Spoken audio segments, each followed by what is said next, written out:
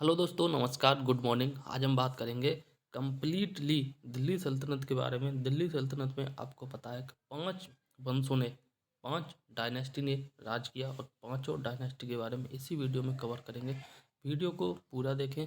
और जो है देखो, कल जो है ना, ये पूरा डिस्कस किया था दिल्ली सल्तनत का ट्री के बारे में। ठीक, जैसे गुलाम वंश के अंतर्गत किन किन वंश ने, ठीक है ना, शासन किया। खिलजी वंश, तुगलक वंश, सैयद वंश और लोधी वंश। ठीक, तो कल बताया था कि सबसे अधिक समय तक जो दिल्ली सल्तनत पर राज किया था वो था तुगलक वंश, और सबसे कम समय तक जो राज किया था वो है खिलजी वंश। इन सब के बारे में बहुत अच्छे से डिस्कस किया। ठीक, किसका क्या कार्य। और आज हम बात करेंगे गुलाम वंश के बारे में। जितने भी जो वंश हैं, ठीक है ना, पांचों हैं: गुलाम वंश, खिलजी वंश, तुगलक वंश, सैयद वंश, लोधी वंश। इन सब के बारे में डिटेल में बात करेंगे इसी वीडियो में। ठीक, आइए डिस्कस करते हैं। वीडियो देखो, वीडियो अच्छी लगे लाइक कर देना, चैनल को सब्सक्राइब कर लेना। बाकी आगे डिस्कस करते हैं। ठीक, ये जो वीडियो है आने वाले प्रत्येक एग्जाम के लिए इम्पोर्टेंट है। अगर बात करें पीसीएस, तो पीसीएस के लिए ये रिवीजन के तौर पे आप इस वीडियो को देख सकते हैं। ठीक, हालांकि रिवीजन के साथ जो है आपको टेस्ट भी लगाते रहना है। ठीक, आइए डिस्कस करते हैं। गुलाम वंश की स्थापना जो किसके द्वारा की गई थी?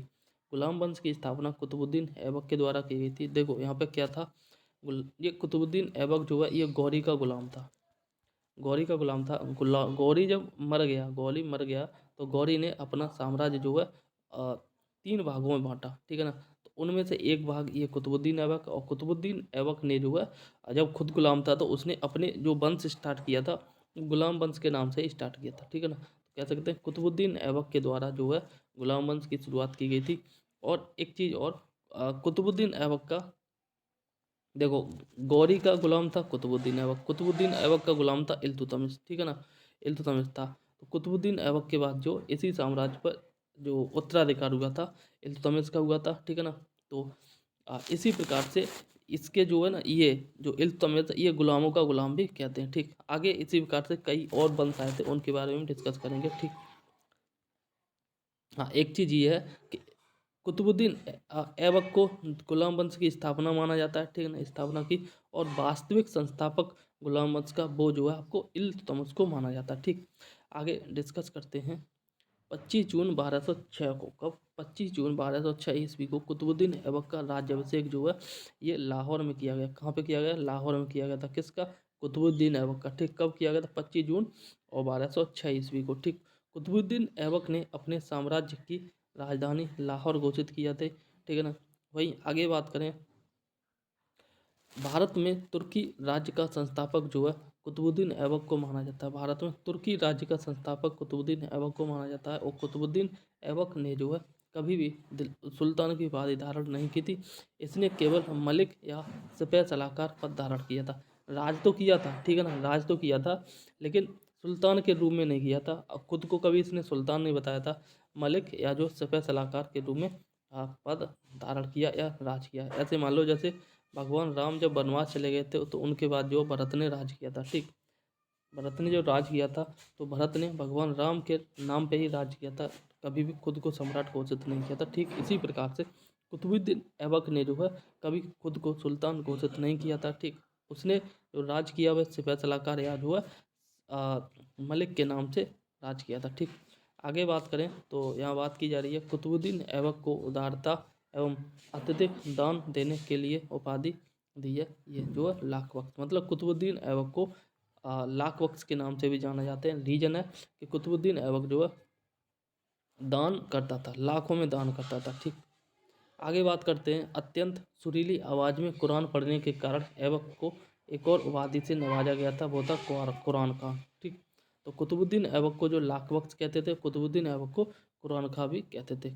लाख वक्त कहते थे क्योंकि लाखों का दान करता था। कुरान खां कहते थे कि वह एक सुरीली आवाज़ में कुरान पढ़ता था। ठीक, आगे बात करें। भारत की प्रथम मस्जिद कुब्बत उल इस्लाम, क्या भारत की प्रथम मस्जिद कुब्बत उल इस्लाम की स्थापना जो है कुतुबुद्दीन ऐबक के द्वारा ही कराई गई थी। ठीक, आगे बात करें तो कुतुबुद्दीन ऐबक ने सूफी संत ख्वाजा कुतुबुद्दीन ऐबक काकी के नाम पर कुतुब मीनार का निर्माण कराया था दिल्ली में। ठीक, कुतुबुद्दीन ऐबक की मृत्यु हुई थी 1210 ईस्वी में चौगान खेलते समय घोड़े से गिर जाने के कारण। ठीक, कुतुबुद्दीन ऐबक की मृत्यु के पश्चात उसके पुत्र आराम शाह हुआ। ठीक है ना, आराम शाह को अपदस्थ करके गुलाम वंश का अगला शासक बना था इल्तुतमिश। ठीक, देखो कुतुबुद्दीन ऐबक मर गया, इसके बाद इसका पुत्र बन आराम शाह। आराम शाह को जो है इसके पद से हटा दिया गया। आराम शाह थोड़ा हरामी था, जैसा नाम इसका वैसा ही हरामी।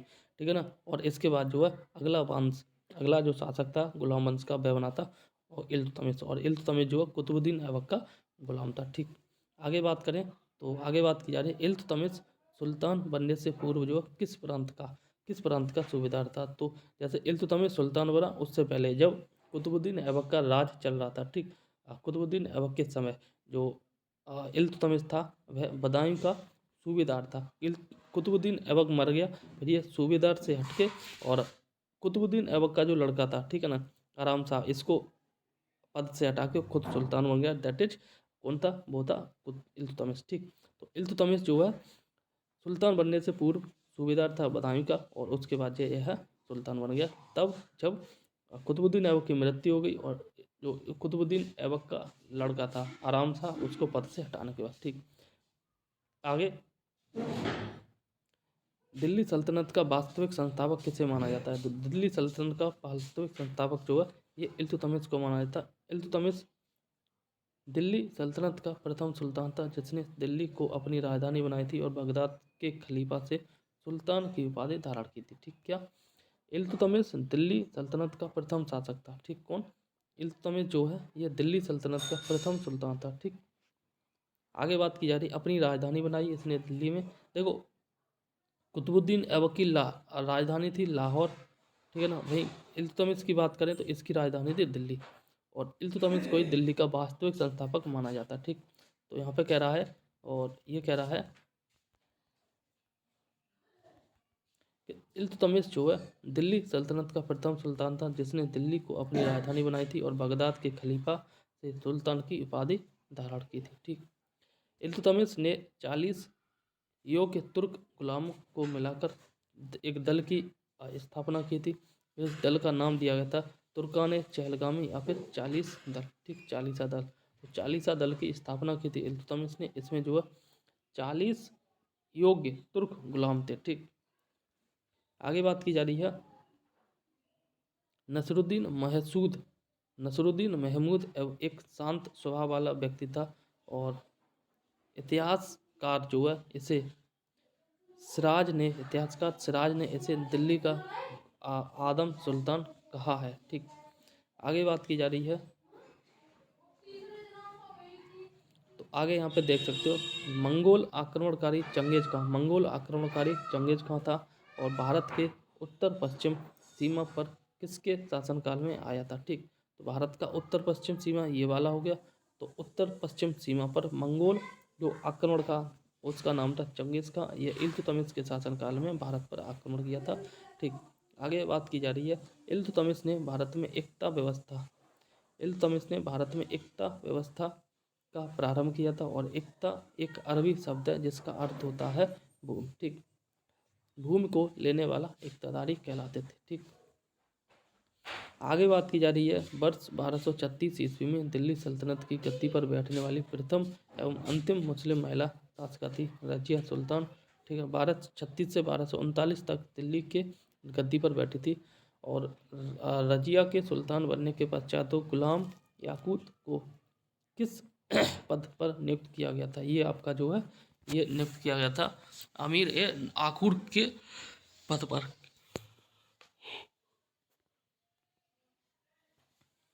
सॉरी, आगे बात की जा रही है रजिया सुल्तान के विद्रोही अमीरों ने रजिया की हत्या करवाकर किसे दिल्ली सल्तनत की गद्दी पर बैठाया था। यह बहराम शाह को दिल्ली की गद्दी पर बैठाया था। ठीक, आगे बात की जा रही है तो आगे यहाँ पे देखते हैं कि बहराम शाह के कार्यकाल में नायब ए ममालिकत पद का सृजन किया गया था जिसमें संपूर्ण अधिकार निहित होते थे और इस पद पर सर्वप्रथम एतकीन को नियुक्त किया गया था। ठीक, आगे बात करें तो आगे बात की जा रही है दिल्ली सल्तनत के किस शासक ने जो है बलबन को नायब ए ममालिकत पद नियुक्त किया था, और ये था आपका नसरुद्दीन महमूद। ठीक, बलबन को उलूग खां की उपाधि प्रदान की गई थी, ये आपकी जो है नसरुद्दीन महमूद ने ठीक दी थी। आगे बात की जा रही है दिल्ली का सुल्तान बनने के पश्चात जो तुर्कान ए चहलगामी को समाप्त कर दिया था, ये बलबन ने किया था, और अपने विरोधियों के प्रति कठोर लौ एवं रक्त की नीति का पालन करने वाला पहला सुल्तान था, वो था बलबन। ठीक, बलबन प्रथम सुल्तान था जिसने राजत्व के सिद्धांत का प्रतिपादन किया था। उसने राजत्व को जो नियाबते खुदाई ईश्वर द्वारा प्रदत्त तथा राजा को जो है एक सेकंड राजा को है जिल्ले इलाही मतलब ईश्वर की छाया कहा था। ठीक, आगे बात करें तो सिजदा एवं पैबोस प्रथा को अपने दरबार में प्रारंभ करने वाला भी बलबन था, और बलबन भी एक गुलाम था, ठीक है ना, इल्तुतमिश का गुलाम था। और बलबन ने किस नाम से जो सैन्य विभाग की स्थापना की थी, तो बलबन ने जो दीवान ए अर्ज नाम से सैन्य विभाग की स्थापना की थी। गुलाम वंश का अंतिम शासक जो था, और उसका नाम था शमसुद्दीन क्यूमर्स। ठीक, तो यहाँ पे बात की जा रही है आपकी, देख सकते हैं यहाँ पे खिलजी वंश के बारे में। ठीक, तो गुलाम वंश हो गया। ठीक, अब हम बात करें खिलजी वंश के बारे में। खिलजी वंश का जो कार्यकाल है ये 1290 से और 1320 ईस्वी तक रहा, करीब 30 साल तक। ठीक,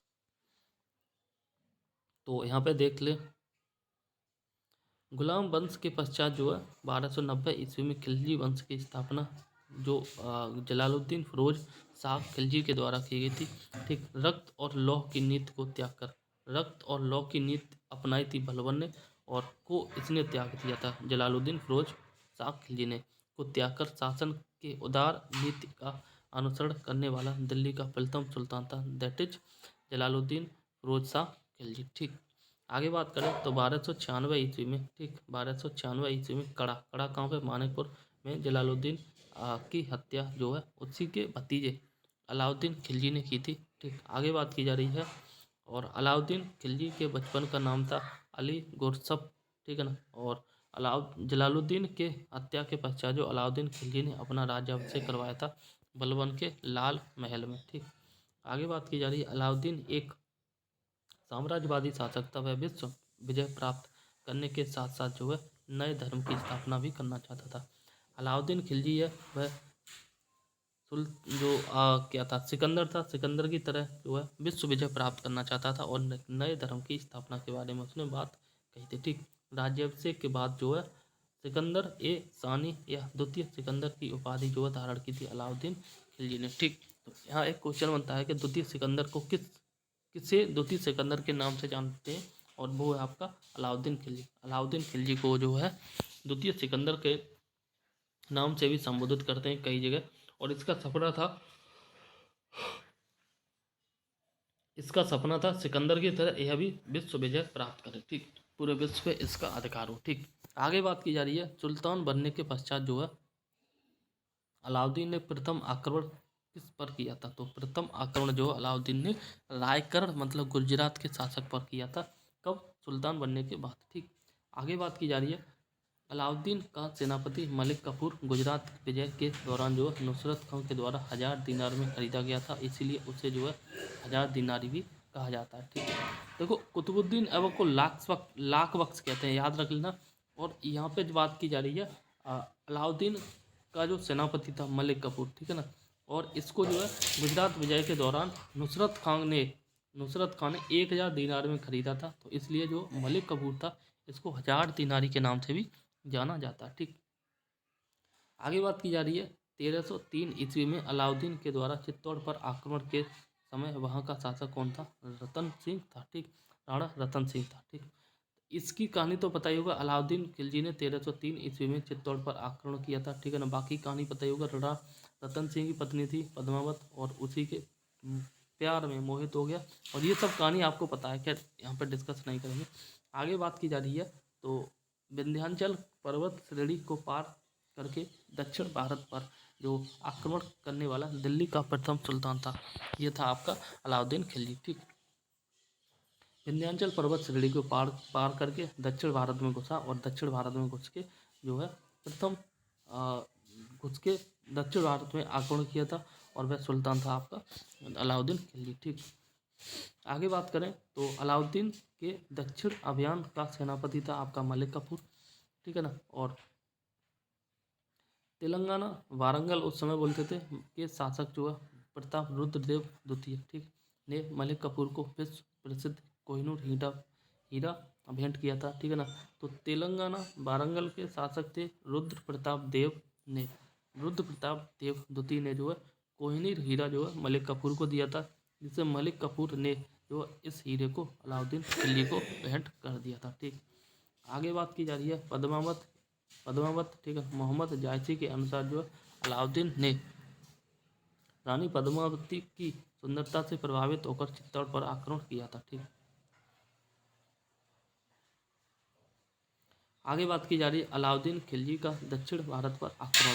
दिल्ली सल्तनत का एकमात्र शासक अलाउद्दीन खिलजी था, जिसने जो है दिल्ली दक्षिण भारत तक इसका शासन था, दक्षिण भारत को भी इसने विजय प्राप्त किया था, ठीक। तो यहाँ पे बात की जा रही है राज्य शासक अभियान का नेतृत्व और वर्ष, ठीक। तो देवगिरी राज्य था, इस पे जो है शासक था आपका रामचंद्र देव, और इस पे जो आक्रमण किया था मलिक कफूर ने किया था 1307 ईस्वी में, ठीक। फिर वारंगल तेलंगाना पड़ता है, इस पे शासक था प्रताप रुद्रदेव, ठीक है, और इस पे भी आक्रमण किया था मलिक कफूर, और 1309 मतलब 7 में किया, फिर 2 साल बाद 9 में किया। फिर द्वार समुद्र पर, ठीक, इसके शासक थे वीर बल्लाल तृतीय, और इस पे भी जो है आक्रमण किया मलिक कफूर ने 1310 में। और फिर पांड्य, ठीक है ना, वीर पांड्य इस पे शासक थे, मलिक कफूर ने शासक किया आपका 11 में, ठीक। देखो अलाउद्दीन खिलजी के समय जितने भी दक्षिण भारत में आक्रमण हुए थे वो सारे के सारे मलिक कफूर के द्वारा हुए, ठीक। तो मलिक कफूर जो है दक्षिण भारत का सेनापति था, ठीक। तो पहले देवगिरी पर, फिर वारंगल पर, फिर द्वार समुद्र, फिर पांड्य पर, ठीक है। तो DV और DP ऐसे याद कर लो, देवगिरी, ठीक है ना, वारंगल तेलंगाना बोलते हैं, फिर आपका द्वार समुद्र, फिर पांड्य, ठीक है ना। DV देखो बिल्कुल आराम से याद कर लो, DVD और पे ऐसे याद करो। DVD पे हमने देखा था कि मलिक कफूर ने जो है दक्षिण भारत में 4 आक्रमण किए थे, ऐसे याद करो। DVD पे हमने देखा था मलिक कफूर ने 4 आक्रमण किए थे, कब कब किए थे, ठीक है ना। तो ये डेट है, ठीक। और DVD का मतलब है देवगिरी, वारंगल, द्वार समुद्र और आपका जो है पांड्य, ठीक। DVD देख लो दोबारा, देवगिरी, वारंगल, द्वार समुद्र और पांड्य, ठीक। कब कब आक्रमण किए थे वो और देखते हैं। देखो 1307, 2 साल बाद 1309, फिर अगले साल 10, और फिर अगले साल जो 11। तो 1307, फिर 9, फिर 10, 11, ठीक। तो DVD पे हमने देखा था कि मलिक कफूर ने दक्षिण भारत में 4 आक्रमण किए थे, ठीक है। DVD पे क्या है, देवगिरी, ठीक है ना, फिर वारंगल, फिर द्वार समुद्र, फिर पांड्य, ठीक। आगे बात की जा रही है मलिक कफूर के द्वारा जो है सर्वप्रथम किस दक्षिण भारतीय राज्य पर आक्रमण किया था। तो देवगिरी तो आ रहा है सबसे पहले, तो देवगिरी आंसर हो गया, ठीक है। दिल्ली सल्तनत का वह सुल्तान कौन था जिसने जो है नकद वेतन के साथ जो स्थायी सेना का भी गठन किया था, वह था अलाउद्दीन खिलजी, ठीक। आगे बात की जा रही है अलाउद्दीन खिलजी के द्वारा जो है सॉरी अलाउद्दीन खिलजी के द्वारा सेना में भ्रष्टाचार रोकने के लिए कौन सी योजना अपनाई गई थी। वह थी घोड़ों को दागने की प्रथा तथा हुलिया प्रथा, ठीक। तो ये योजना अलाउद्दीन खिलजी के द्वारा स्टार्ट की गई थी। आगे बात की जा रही है चराई कर तथा गृह कर, और इसको लोग घड़ी चरी कर लगाने वाला प्रथम सुल्तान था, ये आपका दिल्ली अलाउद्दीन खिलजी था, ठीक। अभी बात करें सर्वाधिक मंगोल आक्रमण जो किसके शासनकाल में हुए थे, तो सर्वाधिक मंगोल आक्रमण भी जो है आपके अलाउद्दीन खिलजी के समय हुए थे, ठीक। आगे बात की जा रही है दिल्ली सल्तनत का वह प्रथम सुल्तान कौन था जिसने स्वयं को घोषित किया था, मुबारक शाह खिलजी, ठीक। दिल्ली सल्तनत का प्रथम सुल्तान कौन था जिसने स्वयं को घोषित किया था, वो था आपका मुबारक शाह खिलजी, ठीक। आगे बात की जा रही है घोड़े के नाल के आकार की मेहराब का प्रयोग जो है प्रयोग सर्वप्रथम कहाँ देखने को मिलता है, तो ये आपका अलाउद्दीन के द्वारा बनाया गया दिल्ली दरवाजा। देखो ये कुतुब मीनार खड़ा है, ठीक है ना। कुतुब मीनार के जब हम गेट में इंटर करते हैं ना, इस प्रकार से गेट में इंटर करते हैं ना, तो ये जो गेट है ना, ये वाला गेट, ये घोड़े की नाल के आकार का बना है। घोड़े की नाल कैसी अर्धचंद्राकार होती है ना, इसी प्रकार का बना है, ठीक। तो ये अलाउद्दीन खिलजी के द्वारा बनाया गया था, ठीक है ना, कुतुब मीनार के परिसर में। ठीक, तो अलाउद्दीन द्वारा सैनिकों को सस्ते मूल्य पर वस्तुओं को प्रदान करने के लिए जो बाजार नियंत्रण की नीति अपनाई थी। ठीक, आगे बात की जा रही है अलाउद्दीन के बाजार नियंत्रण अधिकारी के बारे में, भाग और आपके अधिकारी। ठीक, तो यहाँ पे देख लो, वरीद ए मंडी जो विभाग था, इसका संबंध था आपके बाजार नियंत्रण से। ठीक है ना, वहीं सहना ए मंडी का संबंध था बाजार अधीक्षक से, और दीवाने रियासत का संबंध था बाजार नियंत्रक से, और मनहियान का संबंध था गुप्तचर विभाग से। ठीक, एवं द्वारा बरीद ए मंडी का संबंध था बाजार निरीक्षक से, सहना ए मंडी का संबंध था बाजार अधीक्षक से, और दीवान ए रियासत का संबंध था बाजार नियंत्रक से, और मनहियान का संबंध था गुप्तचर विभाग से। ठीक, अब बात करते हैं तुगलक वंश के बारे में। ठीक, देखो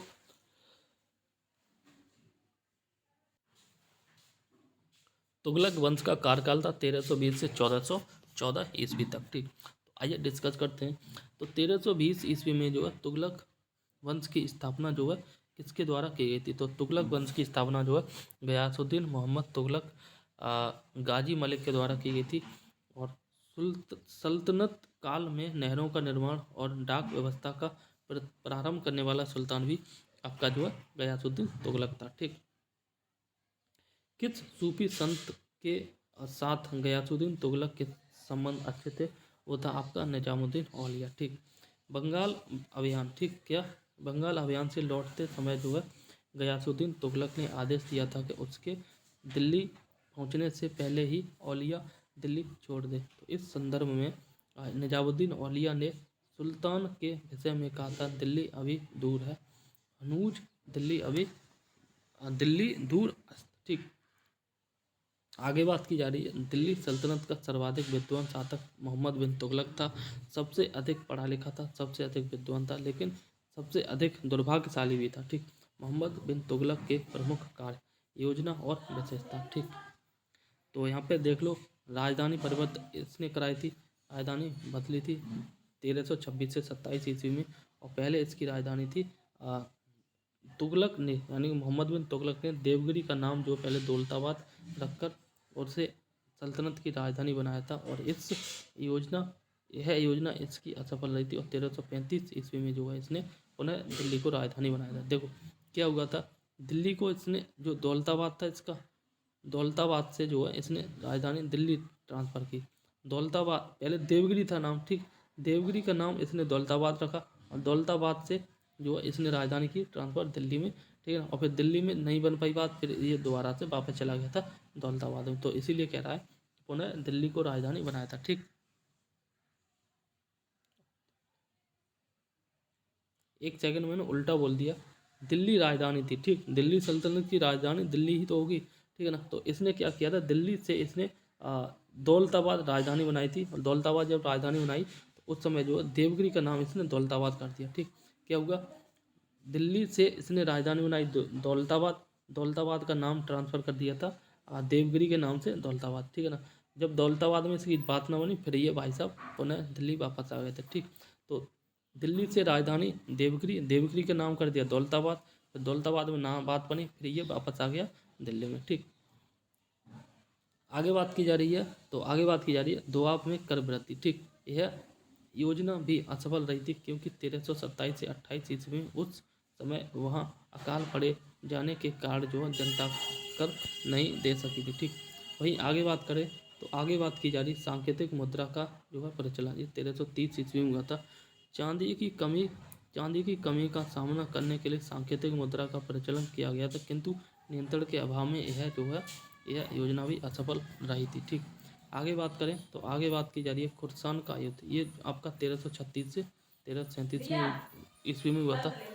खुर्सान पर विजय प्राप्त करने के लिए तुगलक ने 3,70,000 सैनिकों का गठन करके उन्हें 1 वर्ष अग्रिम वेतन जो है प्रदान किया था। ठीक, आगे बात करी जाए तो आगे बात की जा रही है कराचिल अभियान के बारे में, और कराचिल अभियान 1337 से 1338 ईस्वी में हुआ था। ठीक, तुगलक ने खुसरो मलिक के नेतृत्व में 1,00,000 सैनिकों को भेजा, किंतु मौसमी दिशा खराब होने के कारण यह योजना उसकी असफल हो गई थी। ठीक, अंत में कह रहा है नसरुद्दीन महमूद के शासनकाल में मध्य एशिया के महान सेना नायक जो तैमूर ने वर्ष 1398 ईस्वी में भारत पर आक्रमण किया था। ठीक,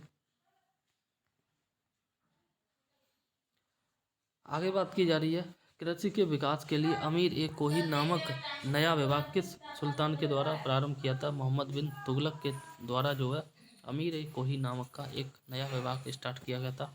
भारत में सर्वप्रथम सांकेतिक मुद्रा का प्रचलन जो है ये मोहम्मद बिन तुगलक के द्वारा स्टार्ट किया गया था। ठीक, मोरक्को निवासी इब्न बतूता जो है ये मोहम्मद बिन तुगलक के काल में 1333 ईस्वी में आया था। ठीक, देखो यहाँ पर याद कर लेना सांकेतिक मुद्रा को जो शुरू किया गया था मोहम्मद बिन तुगलक ने स्टार्ट किया था, लेकिन यहाँ पे भी इसके काल में जो है जो मुद्रा थी वो अन्य लोग छापने लगे थे, जिसके कारण यह योजना इसकी फेल हो गई थी। मतलब इसने योजना तो अच्छी की स्टार्ट की थी बट उस पर कंट्रोल अच्छे से न कर पाने के कारण ये फेल रहा। रहला नामक पुस्तक के रचनाकार इब्न बतूता है। इब्न बतूता मोरक्को का यात्री था। इब्न मोहम्मद बिन तुगलक के समय में 1333 ईस्वी में भारत में आया था और मोहम्मद बिन तुगलक ने इब्न बतूता को अपने यहाँ पे काजी बनाया था। ठीक, मोहम्मद बिन तुगलक के काल में ही सल्तनत से विद्रोही करके 1336 ईस्वी में हरियर एवं बुक्का ने विजय प्राप्त की थी और 1347 ईस्वी में जो है हसन गंगू ने बहमनी साम्राज्य की स्थापना की थी। ठीक, होली के त्यौहार के सार्वजनिक उत्सव में भाग लेने वाला दिल्ली सल्तनत का प्रथम सुल्तान था एमबीटी मोहम्मद बिन तुगलक। इसको ऐसे याद कर लो, सबसे ज़्यादा पढ़ा लिखा था तो ये धार्मिक कट्टर नहीं था। धार्मिक कट्टर न होने के कारण जो है हिंदुओं के त्यौहार में भी भाग लेता था। ठीक है ना। आगे बात की जा रही है किस जैन संत के साथ जो है मोहम्मद बिन तुगलक के संबंध घनिष्ठ थे? तो उन जो जैन संत था इनका नाम था जिन प्रभा सूरी। ठीक, मोहम्मद बिन तुगलक की मृत्यु किस अभियान के दौरान हुई थी? मोहम्मद बिन तुगलक की मृत्यु 1351 ईस्वी में सिंध अभियान के दौरान हुई थी। सर्वप्रथम लोक निर्माण विभाग की स्थापना भी जो है आपका ये फिरोज शाह तुगलक ने की थी। ठीक है ना। तो लोक निर्माण विभाग की स्थापना फिरोज शाह तुगलक ने की थी। टोपरा एवं मेरठ दो अशोक स्तंभ लेख किसके द्वारा जो है दिल्ली में लाए गए थे? ये आपके फिरोज शाह तुगलक के द्वारा लाए गए थे। कहाँ पे? दिल्ली में। कहाँ से लाए गए थे? मेरठ से। ठीक, इसका नाम क्या था?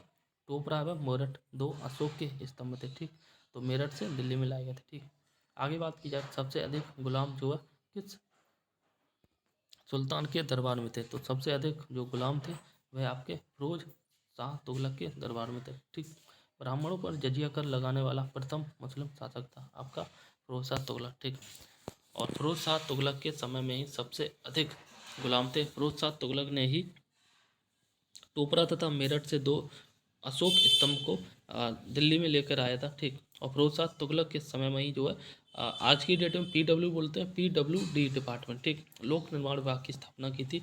एंड यहाँ पे बात करें मोहम्मद बिन तुगलक की मृत्यु 1351 ईस्वी में सिंध अभियान के दौरान हुई थी और मोहम्मद बिन तुगलक के जैन संत जिन प्रभा सूरी से बहुत अच्छे संबंध थे और हिंदुओं के त्योहार में भाग लेने वाला एकमात्र सुल्तान था वो था मोहम्मद बिन तुगलक। इसको ऐसे याद कर लो क्योंकि मोहम्मद बिन तुगलक सबसे अधिक पढ़ा लिखा था तो धार्मिक कट्टर नहीं था। ठीक है ना। तो इसके कारण जो है हिंदुओं के त्यौहार में भाग लेता था। ठीक, आगे बात करते हैं तो ये अभी देखा था ब्राह्मणों पर जजिया कर लगाने वाला प्रथम सुल्तान था फिरोज शाह तुगलक। ठीक, हक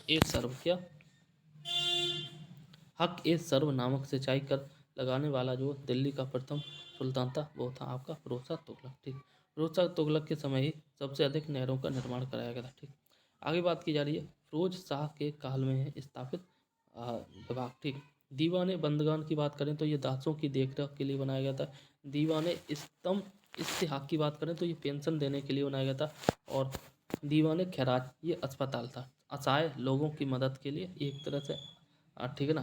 अस्पताल मान लो या फिर एक तरह से दान विभाग था। ठीक, तो ये इस्तेहाक जो है आपका पेंशन विभाग था। दीवाने बंदगान ये आपका दासों की देख रेख करने के लिए बनाया गया विभाग था। ठीक, वही बात करें दिल्ली सल्तनत के तुगलक वंश का अंतिम शासक था आपका नसरुद्दीन महमूद शाह। ठीक, तो अंत में देख लेते हैं नसरुद्दीन महमूद शाह के शासनकाल में मध्य एशिया के महान सेनानायक तैमूर ने 1398 ईस्वी में भारत पर आक्रमण किया था। अब बात करते हैं सबसे अंत में सैयद वंश एवं लोधी वंश के बारे में। सैयद वंश की बात करें तो सैयद वंश का कार्यकाल जो है 1414 से 1451 ईस्वी तक रहा था। वहीं बात करें लोधी वंश की, तो लोधी वंश का कार्यकाल जो है ये आपका 1451 से 1526 ईस्वी तक रहा था। ठीक, आइए डिस्कस करते हैं इसके बारे में भी। तो यहाँ पे बात की जा रही है 1414 ईस्वी में दौलत खां को पराजित करके खिज्र खां ने जो है किस वंश की स्थापना की थी। तो दौलत खां को पराजित किया और खिज्र खां के द्वारा जो एक नए वंश की स्थापना की गई थी जिसका नाम था सैयद वंश। ठीक, रैयत ए आला की उपाधि धारण करने वाला सैयद वंश का शासक था और वो था खिज्र खां। ठीक, क्या उपाधि थी? रैयत ए आला। ठीक, सल्तनत काल में शासन करने वाला एकमात्र शिया शासक था आपका जो है ये था आपका सैयद वंश। ठीक, सैयद वंश जो शिया था, बाकी के सारे जो सुन्नी थे। ठीक, सैयद वंश का सबसे योग्य शासक मुबारक शाह था। ठीक, इसने जो तारीख ए मुबारक शाही के लेखक याहिया बिन अहमद सरहिंदी को संरक्षण प्रदान किया था। वही बात करें दिल्ली सल्तनत में अपना प्रथम अफगान राज्य के रूप में लोधी वंश की स्थापना किसके द्वारा की गई थी? ये बहलोल लोधी के द्वारा की गई थी। दिल्ली वंश के शासक की बात करें तो यहाँ बात की जा रही है बहलोल लोधी की। बहलोल लोधी ये आपके 1451 से 1489 ईस्वी तक शासन रहा। फिर सिकंदर लोधी 1489-1517 तक। सिकंदर लोधी के द्वारा ही जो आगरा की स्थापना की गई थी और आगरा इसने अपनी राजधानी बनाई थी। फिर अंत में जो है ये इब्राहिम लोधी, तो इब्राहिम लोधी की बात करें तो ये 1517 से 1526 तक इसका शासन रहा था। ठीक, आगे बात करें तो आगे बात की जा रही है दिल्ली सल्तनत के सुल्तानों में से किसने जो है सर्वाधिक समय तक शासन किया था?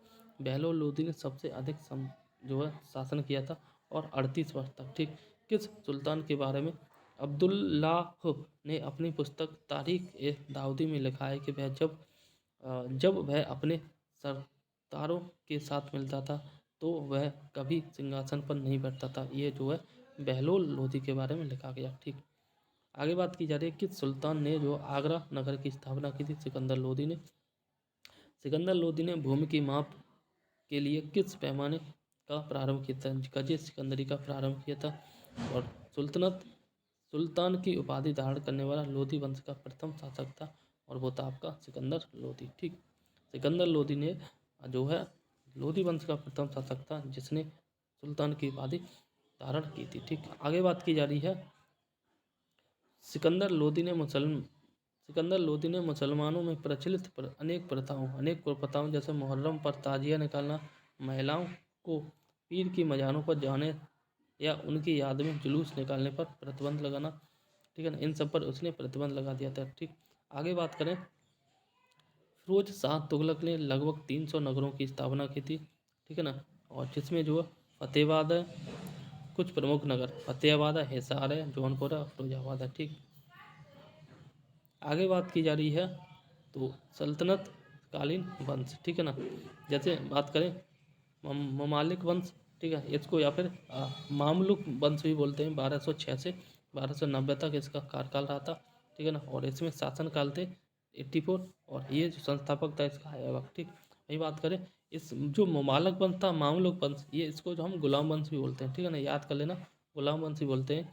तो इसका जो कार्यकाल रहा था 1206 से 1290 ईस्वी तक। ठीक है ना, कुछ शासनकाल जो है ये 84 रहे थे, बहुत ज़्यादा हैं। और इसको जो है संस्थापक था, सबसे पहले संस्थापक था ऐबक। ऐबक बोले तो कुतुबुद्दीन ऐबक। ठीक, अब बात करें खिलजी वंश के बारे में तो इसका शासनकाल रहा था 1290 से 1320 ईस्वी तक। 30 शासन काल रहे थे और इसमें जो संस्थापक था जलालुद्दीन खिलजी था। ठीक, वही बात करें तुगलक वंश के बारे में 1320 से 1414 ईस्वी 94 शासनकाल रहे थे और जो आपका गयासुद्दीन तुगलक के द्वारा जो है संस्थापक था। ठीक, बात करें सैयद वंश के बारे में तो सैयद वंश जो का कार्यकाल जो है 1414 से 1450 तक रहा था।